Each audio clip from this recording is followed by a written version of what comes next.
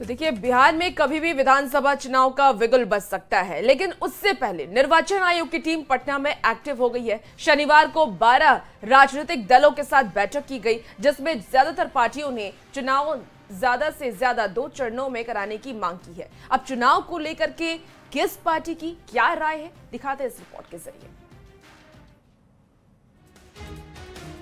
बिहार विधानसभा चुनाव को लेकर जिस पल का इंतजार सबको है, वो वक्त अब नजदीक आ गया है। सियासी गहमा गहमी के बीच निर्वाचन आयोग ने चुनाव की तैयारियां तेज कर दी हैं। चुनाव की तैयारी को अंतिम रूप देने में जुटे मुख्य निर्वाचन आयुक्त ने शनिवार को 12 राजनीतिक दलों के साथ बैठक की। चर्चा के दौरान लगभग सभी बड़ी पार्टियों ने कम से कम चरण में चुनाव कराने की मांग की। जेडीयू ने की 1 चरण में चुनाव की मांग, तो आरजेडी ने 2 चरण में चुनाव की मांग की।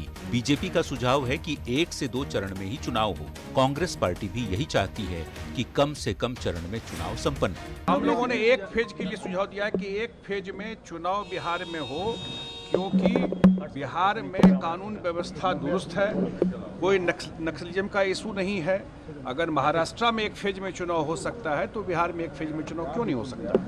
सत्ताधारी जनता दल यूनाइटेड के राष्ट्रीय कार्यकारी अध्यक्ष संजय झा की दलील है कि बिहार में कानून व्यवस्था की स्थिति बेहतर है।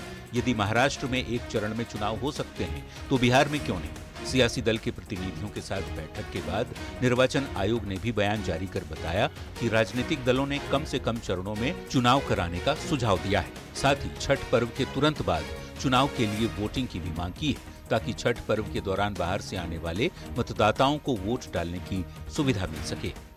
मतदान है वो 1 से 2 फेज में 2 फेज तक में करवा लिया जाए, क्योंकि ज्यादा फेज होने से इस पर जो है मतदाता को भी और जो हमारे उम्मीदवार होते हैं उनका भी खर्च भी बढ़ता है।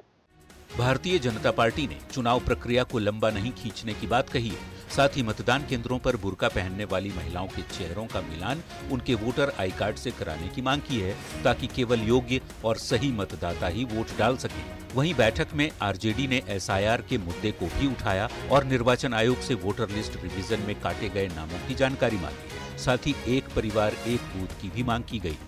राजनीतिक दलों के सुझाव पर निर्वाचन आयोग ने बताया कि मतदान केंद्रों पर मतदाताओं की अधिकतम संख्या 1200 तय की गई है, ताकि चुनाव के पर्व को सौहार्द से मनाया जा सके और मतदाता का सम्मान भी हो। राजनीतिक दल जनतंत्र की आधारशिला हैं, इसलिए पारदर्शी चुनाव में भागीदारी सुनिश्चित करें।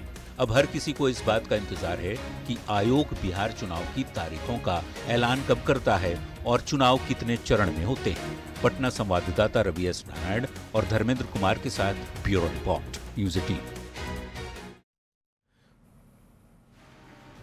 और पटना से बड़ी खबर, जहां बीजेपी चुनाव समिति की बैठक हुई। बीजेपी प्रदेश अध्यक्ष दिलीप जायसवाल का बयान सामने आया कि 60 सिटिंग सीट पर हमने चर्चा की है। जिस सिटिंग सीट के विधायक का प्रदर्शन अच्छा है, उनके खिलाफ माहौल नहीं है, उन्हें अगली बार भी मौका मिलेगा। कुछ सिटिंग विधायक के खिलाफ माहौल है तो उस पर भी गंभीरता से विचार होगा। महिलाओं और युवाओं को प्राथमिकता दी जाएगी। जो बची हुई सीट है उस पर आज चर्चा करने की बात जायसवाल ने कही है। और साथ ही ये भी कहा कि एनडीए में कोई बड़ा भाई और छोटा भाई नहीं है। एनडीए पूरी एकजुटता के साथ चुनाव लड़ेगा और जीतेगा भी।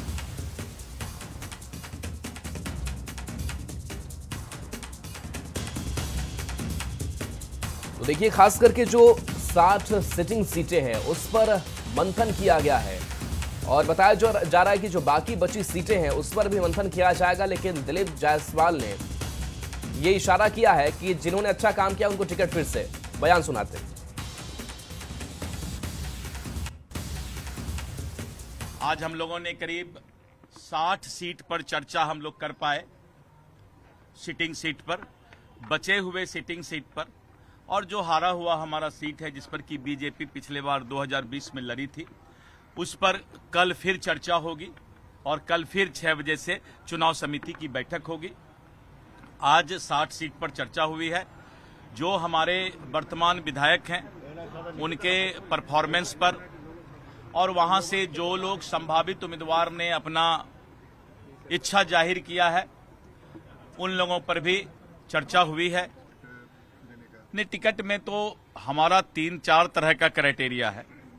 पहला है कि जिस सिटिंग सीट के विधायक का अच्छा परफॉर्मेंस है और जिनका रिपोर्ट भी सही है, एंटी इनकम्बेंसी नहीं है, तो वैसे परिस्थिति में वैसे सीट पर जो है विचार हुआ है कि उनको आगे हम लोग मौका दें।